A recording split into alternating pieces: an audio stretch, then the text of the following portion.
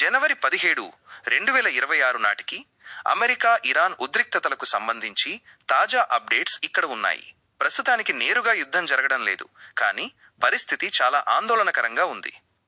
1. America సైనిక చర్య వాయిదా.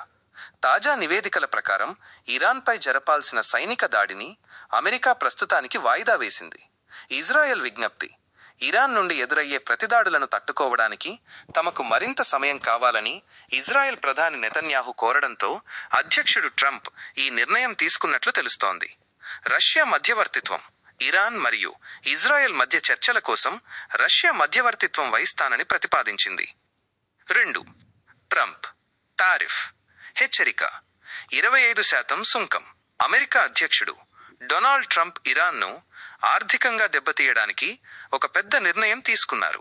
కొత్త నిబంధన: ఇరాన్తో వాణిజ్య సంబంధాలు, బిజినెస్ కొనసాగించే ఏ దేశమైనా సరే అమెరికాకు పంపే వస్తువులపై 25% అదనపు సుంకం టారిఫ్ చెల్లించాల్సి ఉంటుంది. భారత్పై ప్రభావం. భారత్, చైనా, రష్యా వంటి దేశాలు ఇరాన్ నుండి చమురు లేదా ఇతర వస్తువులను కొనుగోలు చేస్తే ఈ పన్ను భారం పడుతుంది. అయితే ఇరాన్తో భారత్ వ్యాపారం ప్రస్తుతం పరిమితంగానే ఉందని ప్రభుత్వ వర్గాలు తెలిపాయి. 3. ఇరాన్లో అంతర్గత కల్లోలం. ఇరాన్ లోపల పరిస్థితులు అత్యంత భయానకంగా ఉన్నాయి. మృతుల సంఖ్య.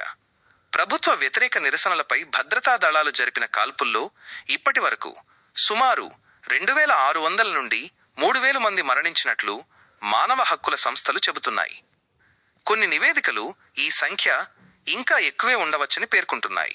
ఇంటర్నెట్ బంద్. సమాచారం బయటకు రాకుండా ఇరాన్ ప్రభుత్వం ఇంటర్నెట్ సేవలను నిలిపివేసింది మరియు శాటిలైట్ డిష్లను కూడా తొలగిస్తోంది. 4. భారత పౌరులకు హెచ్చరిక. వెంటనే వచ్చేయండి.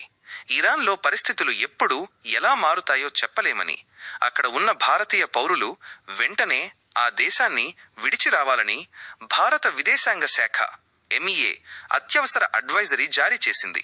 Help line. భారతీయుల సహాయం కోసం రాయబార కార్యాలయం ప్రత్యేక హెల్ప్ లైన్ నంబర్లను అందుబాటులో ఉంచింది. ముఖ్యమైన గమనిక: అమెరికా తన B-52 బాంబర్లను మరియు యుద్ధ విమానాలను ఖతార్లోని అల్ ఉదీద్ వైమానిక స్థావరంలో సిద్ధంగా ఉంచింది.